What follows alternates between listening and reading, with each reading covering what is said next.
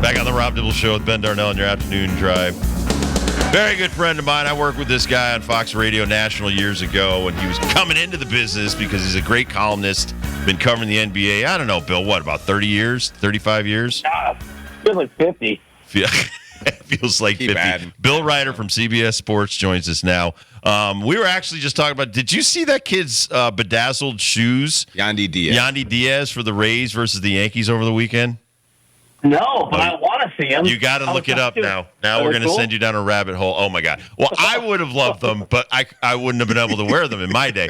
I know on your show, and you were talking NBA, and you had me on today, but before that, you picked the Minnesota Timberwolves to take out the Lakers. Why? Because you're in LA, you cover the Lakers. Why don't you think the Lakers can get by the Timberwolves? There's a few things here. I think the Lakers are overhyped because of the Lakers. I think they're pretty mediocre. I mean, since Luka came on board, they're 15th in offense. They're 16th in defense. They're 16th in defense. They're mediocre. What they have is two superstars who carry them sometimes. But the Timberwolves, one of 5 top teams in the top 5 in offensive and defensive rating. Naz Reid's been great. Anthony Edwards is a star. It's a combination of, I think Minnesota's undervalued, and I think the Lakers are getting way too much shine because of the Lakers. How devastating is that going to be? I mean, the big trade and everything is just great in La La Land as far as basketball is concerned. But if they get bounced in the first round, I mean, it doesn't look like that'd be much difference with Anthony Davis on the team. Yeah, I think it's really devastating. I mean, devastating maybe not, but it's a bad look for LeBron. It's sort of glass half full, glass half empty for LA because on the one hand, they do have Luka Doncic. He is young. They have a long time to build around him, and the future is really, really bright. But I'm with you. I mean, I think it's and LeBron's 40, and maybe I should give him some slack and offer some more grace. I also just think it reflects the fact that the Western Conference, at least 1 to 7, and maybe the Grizzlies if they weren't a hot mess, every one of those teams is good enough to make the conference finals. And I can sort of break down the math and the stats and the reasons and the history and the stars, but it's just a brutal, brutal conference. And so I think the Lakers are good. I just don't think that they're the top tier outside of the Thunder Western Conference team that so many other pundits, I think, have fallen for. Warriors win 95-85. I made a comment, and maybe I'm wrong, that Jimmy Butler needs to do something here and win a championship, and this might be his best shot. Do you think Jimmy Butler's motivated to win a championship with Golden State? I do. I think Jimmy Butler is going to be the best guy in the world until he's the worst guy in the world in 2 years, when he gets pissed off and wants to go somewhere else. If someone's going to beat the Thunder in this postseason, at least in the West, guys, I think it's the Warriors. They're the best defense in the NBA since Butler came into the lineup on February 8th when he got traded from Miami. They're a top 10 offense over that stretch. They have the third best net rating. Steph Curry is playing at just a crazy level. We saw it last night, but if people haven't noticed, he's still one of the best players in the history of the game. Draymond Green, love him or hate him, has been markedly better defensively since Jimmy arrived. And I'm with you, Dibs. You can't. Jimmy Butler is great in the playoffs. He earned his playoff Jimmy moniker. He led the Heat to 3 conference finals and 2 finals in 5 years. But you don't get to retire and still be playoff Jimmy if you don't win the whole thing in the playoffs. I think they can. I mean, it's a tough road. I think they're good enough to win the whole thing. But Butler's got no excuses now. He's playing for the best defense in the NBA since February 1st, and he's playing with one of the best players in the history of the game who will be the 1, and Jimmy just has to be the 2. Give us the Achilles heel for OKC. I mean, not only did they beat the rest of the West by 16 games, and I'm agreeing with you, the Western Conference is just a different animal in the NBA, but they won 131-80 in the first playoff game against Memphis last night. I mean, what are some of the weaknesses of this team where they can be beat? It's such a good question. They don't have weaknesses, and I know that sounds ridiculous. Top 3 offense, top 3 defense, incredibly deep. They switch everything. They still were the best team in the NBA or close to it when Hartenstein was out, when Chet Holmgren, who's amazing, was out for a big chunk of the year. But, yeah, so like Achilles, right? Unbeatable warrior with this secret weakness that maybe you can get at. I think for the Thunder, it's their lack of playoff experience. And maybe nobody will get at it. Maybe nobody will clip that heel. I don't know. But they haven't done anything in the postseason with this group of guys. It is a different animal as you try to advance in the playoffs. Every series, guys will tell you it feels different. Every series, as you get later in that series, feels different. Trying to close out those series feels different. It remains to be seen if their excellence overcomes that lack of experience. But if anything is going to make the Thunder come up short, at least in the West, it's going to be the fact that those guys have never won anything of any substance in their professional careers. Talking to Bill Reiter, NBA insider. You can hear him on his own show, Reiter Than You, 10 a.m. to noon Eastern. Celtics, it seems like they've been on cruise control. They've had a couple of like roller coaster rides where they didn't play well. They look like they're playing well right now. Do you think they can repeat? I think they will. So they're my pick. They're my pick to repeat. In part because the East, I think, is so much easier. They won't be challenged until they get challenged by the Cavs in the conference finals. Then you got to beat whoever comes out of that minefield that's the West. I do think the Magic look, the Magic aren't going to win the series, and they're probably not going to win a game. I do think Orlando highlighted, like, if you're going to try to beat Boston, I think they showed how to do it. Because they led in the first half, in part because Orlando's the best team in the NBA at limiting opposing teams' three-point shooting attempts. They do a great job. And we know that Boston shot more threes than any team in the history of the sport. And in that first half, they limited Boston to 15 threes. Obviously, I'm great at math, Dibs. As you know, that means 30. I just got my calculator out over the course of the game, which would have been less than the team that shoots the least number of threes in the NBA. And it sort of stymied a little bit Boston's rhythm and what they're about. And then they came out and they shot a bunch more threes in the second half. So, yes, I think Boston's the favorite. But they do shoot a lot of threes, and there will be like these sort of statistical anomalies where they have off nights, and you have to win those games if you can't do what Orlando did in the first half and just stop them from getting so many threes up. My favorite two series in this first round, the one in the East is Pistons-Knicks, the other one's Clippers-Nuggets. They're both on tonight for Game 2. Now, both those home teams' top seeds have the advantage 1-0. Is this just going to be a long tease for both of these series, and it's going to come out Knicks-Nuggets, or are there a chance for these underdogs to possibly upset? I'm with you. I love these series. So I think the Clippers to win the series. I think they still can. I should have taken the Pistons, but I was a coward and didn't do it. And part of the reason I didn't take them is because they have that lack of experience we talked about with the Thunder, and we saw it in the fourth quarter. Detroit was the better basketball team for the first three quarters of that opener against New York. They were up by 8 points. They were more physical. They were playing with house money. No one expected them to do anything. And then they just collapsed under the weight of, oh, my God, we're at the Garden. There's McEnroe. There's Stiller. There's all these famous people. And they couldn't handle it.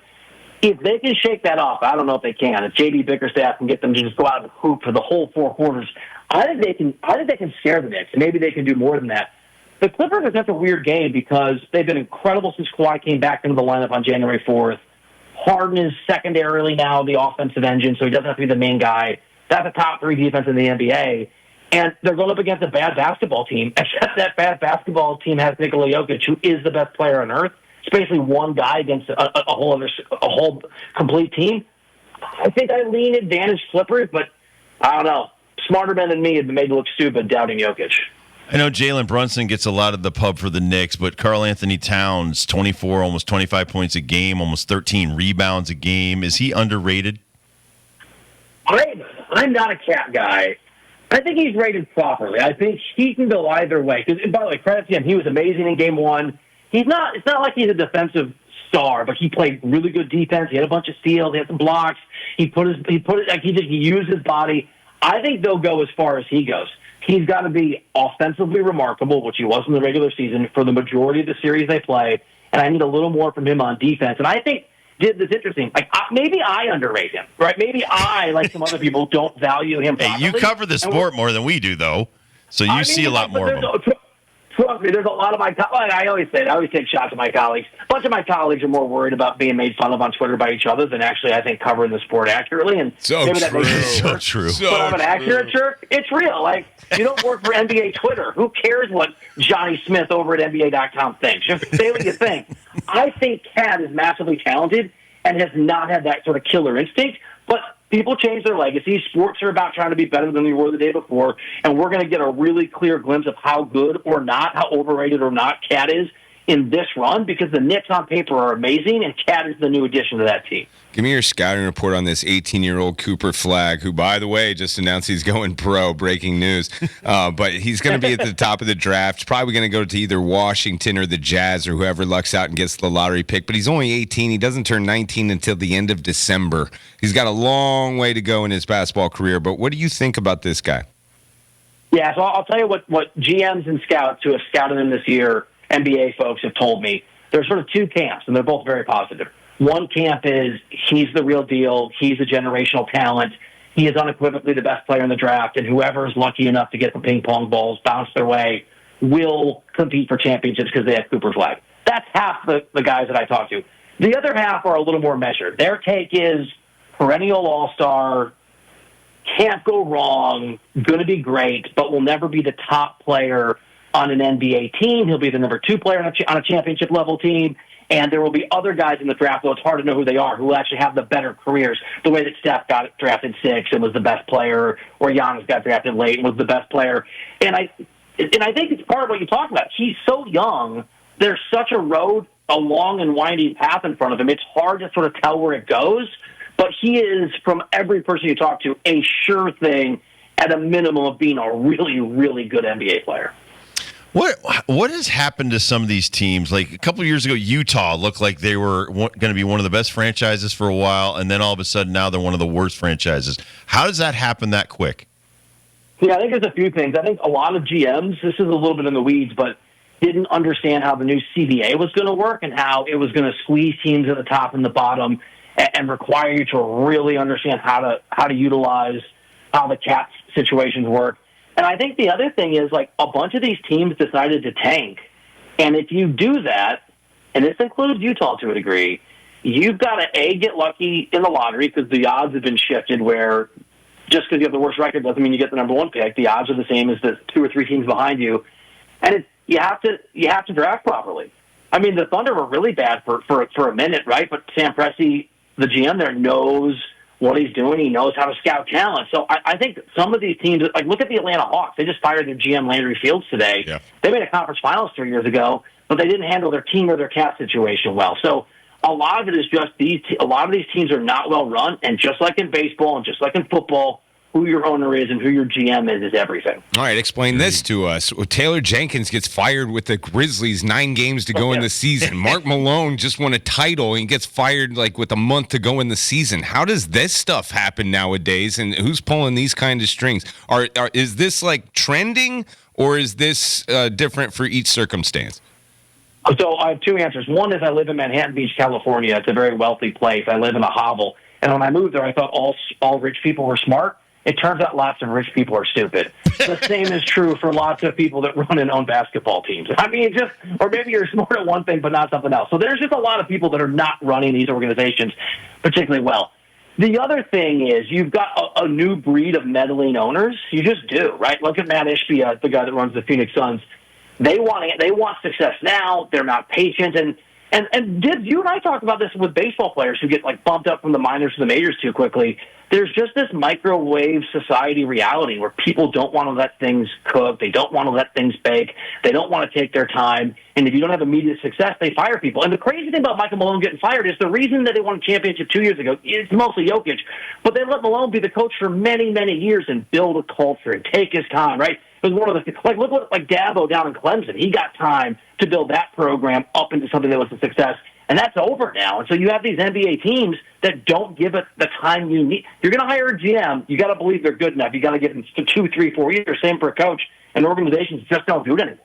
Reiter, you're fantastic. Thank you so much for coming on, buddy.